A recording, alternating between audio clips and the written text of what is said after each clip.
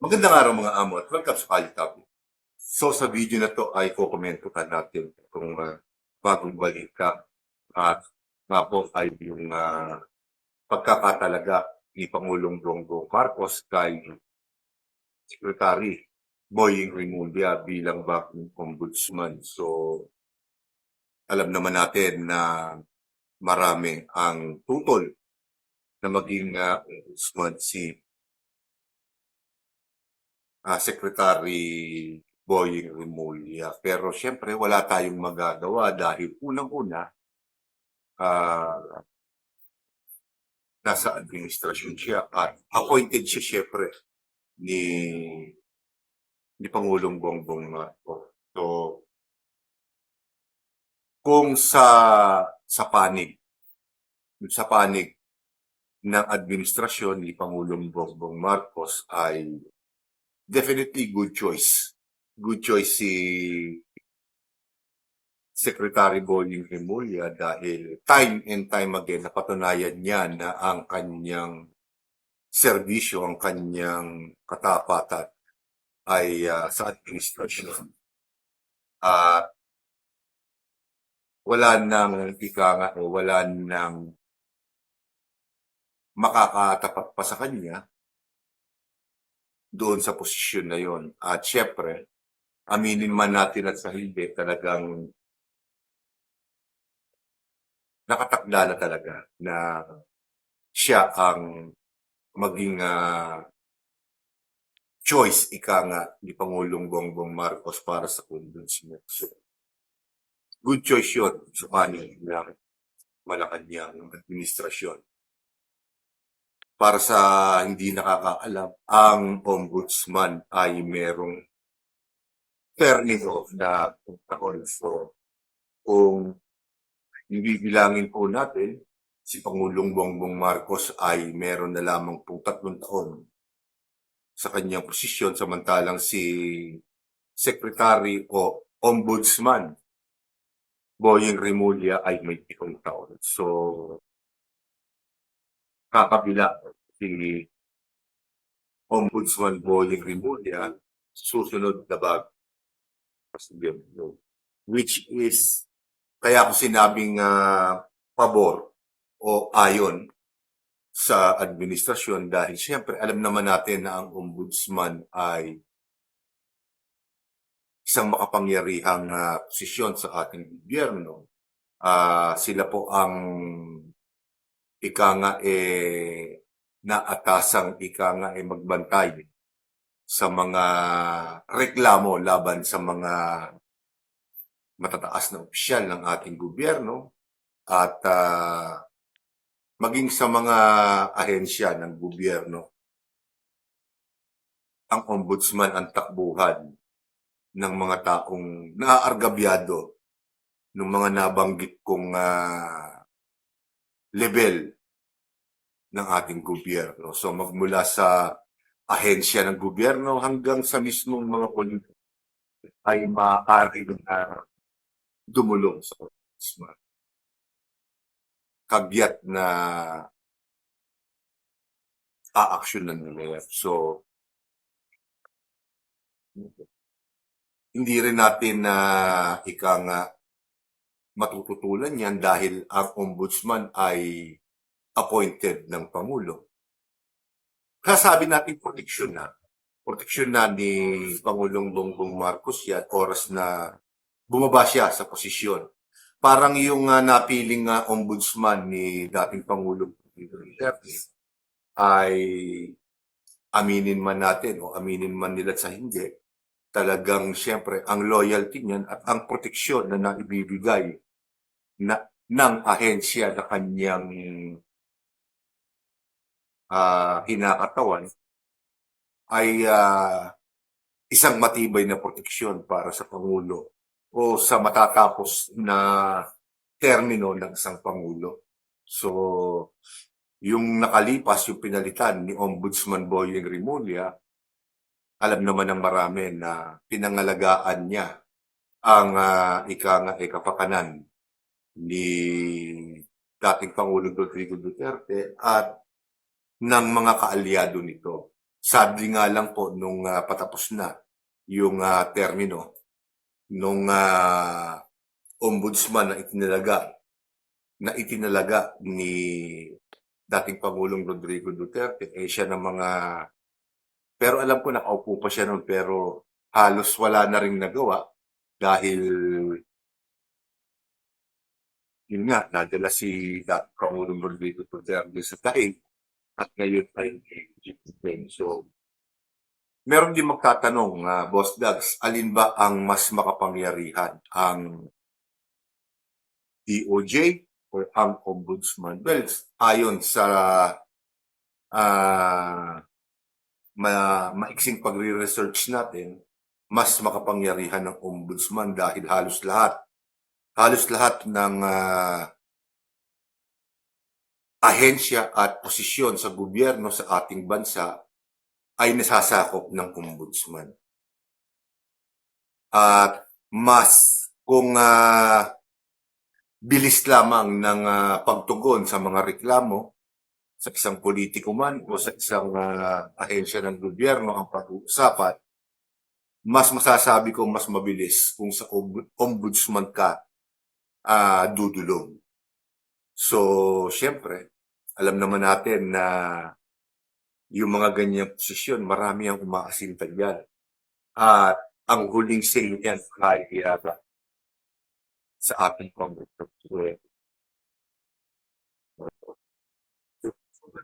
Napatunayan na ni Secretary at ngayon ay Ombudsman Boying Rimulya na kaya niyang gampanan yan. Pero syempre, andiyan yung question ng impartiality. Kasi sa ombudsman, kailangan impartial ka. Kaya makalaban ng administrasyon o administrasyon mismo, kailangan pantay ang iyong pagtrato at pagtrato. Wala na nangyayari dahil na ang ombudsman ay appointed o pinili ng Pangulo ng isang. So, meron siyang titigan at papanigan. Alam niyo ang pangit dito, kasi ang namimili ng o magsasubmit ng yung tinatawag na shortlist ay ang Judicial Bar Council. So, JBC, hindi sila sa mga aplikante kasi nag-a-apply sila dyan. At kapag nasala na ng JBC yan, yung tinatawag na shortlist ay yun ang isusubmit nila sa Pangulo ng bansa upang mapagpilihan. So, marami na ang nagsasabi noon pa na si Boying Rimulya na talaga ang tatayong na ombudsman dahil syempre, mangangailangan ng kasiguruhan, ika nga, si Pangulong Bongbong Marcos na kapag siya ay bumaba sa pwesto, ay meron siyang proteksyon na maaasahan. At doon tumagay na yun, naiintindihan ko ang bawat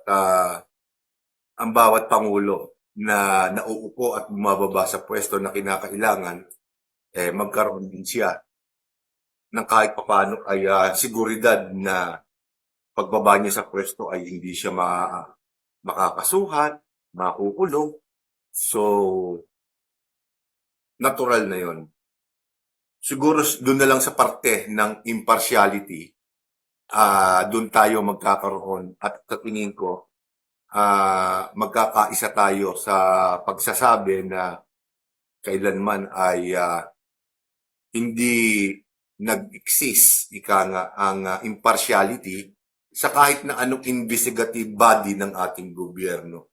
Pirmes kapag ikaw ay kalaban ng administrasyon, asahan mo lahat ng lupit, kapangyarihan ng ahensya ng gobyerno na umuusig sa iyo bilang kalaban ng administrasyon ay ihahataw sa iyong likod. So, napakahapdi mo. At siyempre, katulad nung kanyang unang interview, katulad nung napapanood ninyo sa aking background, ay binanggit niya o may mga reporter na nagtanong sa kanya kung ay ano ba ang unang aasikasuhin niya at ano ang opinion niya dito sa impeachment case o yung kaso ng mga confidential funds na di umano ay kinurakot ni Vice President Sara Duterte at ang kanyang tugon ay tutukan daw niya. So doon pa lang medyo nalungkot na tayo dahil syempre ang pinag-uusapan po natin ngayon o ang pinakamainit na topic, paksa ngayon sa ating bansa ay itong mga korupsyon sa flood project pa lamang.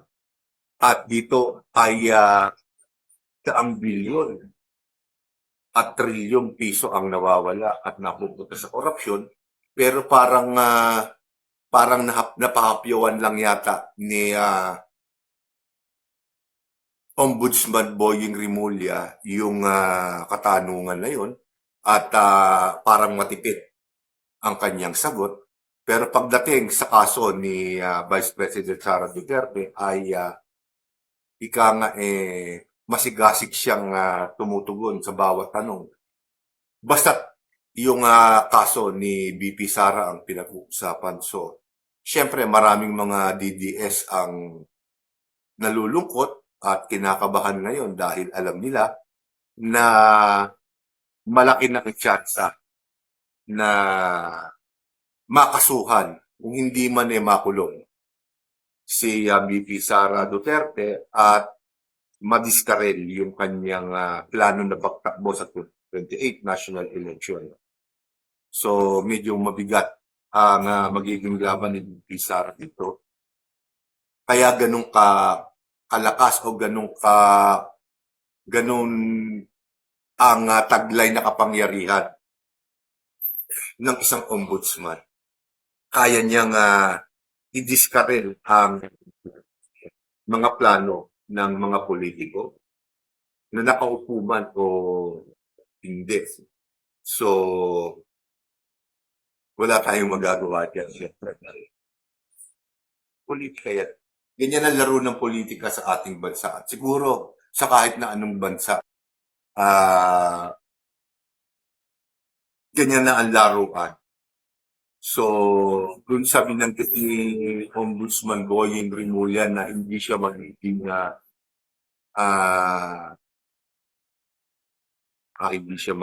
magiging impartial siya, medyo, syempre, pagdududahan natin ng kanila. Pero isa lang ang sigurado rito. Sa Huwebes ay manunumpa na siya bilang bagong talagang ombudsman ng ating bansa at sa Biyernes ay mag-uumpisa na siyang magtrabaho. So, ngayon pa lamang ay marami ng masasamang komento ang lumulutang sa social media at maging sa mainstream media na kung saan ay hinuhulaan na nila na ang tanging magiging trabaho lamang ngayon ni Ombudsman Boying Rimulya ay siguruhin na madidiskarel si Vice President Sara Duterte sa kanyang bid para sa 2028 national election. At pagdating naman dito sa korupsyon sa flood control projects ay marami rin na nagsasabi na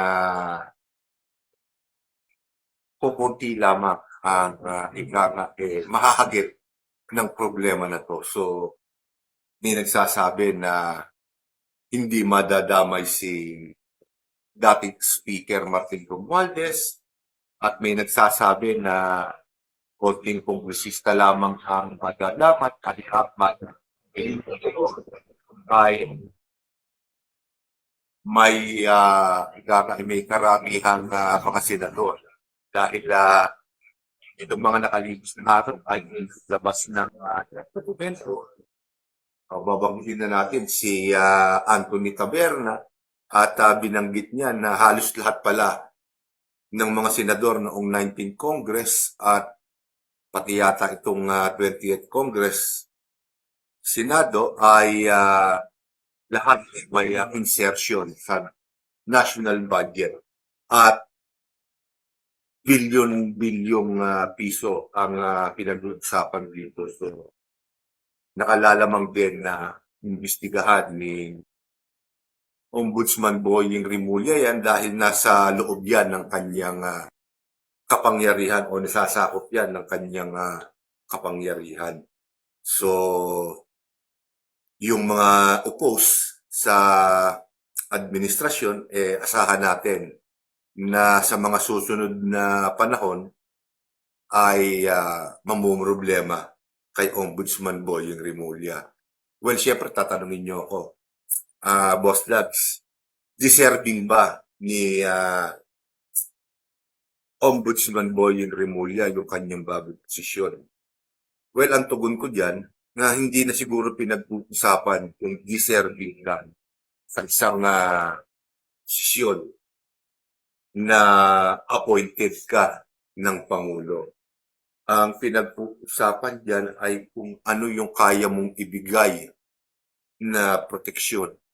Maging sa lahat ng ahensya ng gobyerno, ano ba ang kaya mong ibigay na proteksyon sa administrasyon? Ano ang ika nga bilang mo? Ano ang silbi mo sa administrasyon? Kasi kung ikaw ay magiging problema laban sa administrasyon, meaning hindi ka sasayaw sa tugtugin na gusto ng administrasyon, hindi ka malalagay sa mga ganyang katataas na posisyon. At lalating ko na ang mga nakalipas na administrasyon at ang darating pa na mga bagong administrasyon. Ganyan at ganyan ang magiging kalakaran. Kinakailangan na ika nga pakikinabangan ka personal o yung personal na interes ng iyong boss, kailangan matutugunan mo para ma-appoint ka sa mga ganyang katataas na posisyon. At syempre, kailangan maging masigasig ka sa pagtatanggol sa boss mo. So, yun lang ang masasabi natin diyan. Kasi ayaw naman natin na sabihin na hindi siya karapat-dapat yan dahil una, sa siyang abogado, may karanasan din naman siya sa paglilingkod sa publiko. May mga posisyon din naman siya sa gobyerno na nahawakan. Kaya sa tingin ko mapapatakbo niya ng maayos ang ombudsman ayon sa nais na mangyari ng administrasyon. Ngayon, meron pa nga palang isang tanong na lumutag at tingin ko konti pa lang ang nakakasagot. Boss Dax, paano kung hindi talaga naging impartial ang isang ombudsman? Pwede ba siyang patalsikin sa pwesto? Pwede naman. Since appointed siya ng Pangulo at bukod ang ombudsman sa mga ahensya ng gobyerno, hindi siya basta-basta pwede sa Pangulo. Pero pwede siya i-impeach. Katulad ng mga nasa Korte Suprema, yan, Vice President, Presidente, at saka, alam ko, Senador. Na impeachable positions din yan, pwede silang ma-impeach. Ganun din ang ombudsman, pwede rin silang ma-impeach once na may nagpasa o may nagreklamo laban sa isang ombudsman at dadaan niya sa Kongreso. Pag na-aproba ng Kongreso, didinggin ng Senado yan. At sa Senado, kapag napatunayan na siya ay nagkasala, pwede siyang matanggal sa posisyon. Hindi po panghabang buhay ang posisyon ng ombudsman at hindi rin po siya untouchable. Kaya syempre, mag-iingat din ika nga si Ombudsman Boyeng Rimulya sa kanyang mga ika nga hakbangin. Kapag lumabis na siya sa pagprotekta sa kanyang boss sa administrasyon, na halos harap-harapan niya ng ika nga binabastos ang ombudsman, garantisadong ma-impeach siya. Pero hindi sa panahon. Huwag niyong asahan sa panahon ni Pangulong Bongbong Marcos mangyayari. Alam naman natin na hawak nila ang kamara. Na kung saan doon nag-uumpisa ang mga impeachment case laban sa mga official. Hawak nila ang Kongreso. Kaya sa panahon ni Pangulong Bongbong Marcos, malamang hindi mangyari yun. Kaya medyo mananakit ang katawan ng mga posisyon sa administrasyon. So sa ngalang akin, siyempre, big win yan. Right move para sa panig ng administrasyon. Kung ako ang nasa posisyon ni Pangulong Bongbong Marcos, si Boyeng at si Boyeng Rimulya ang ilalagay ko. Dahil ika nga, subok na siya sa katapatan. So, dito ko muna tatapusin ng video na to at sa susunod ko po mga video ay ibang paksa naman po ang ating tatalakayin. So, maraming salamat po sa inyo lahat at magandang araw po sa inyo.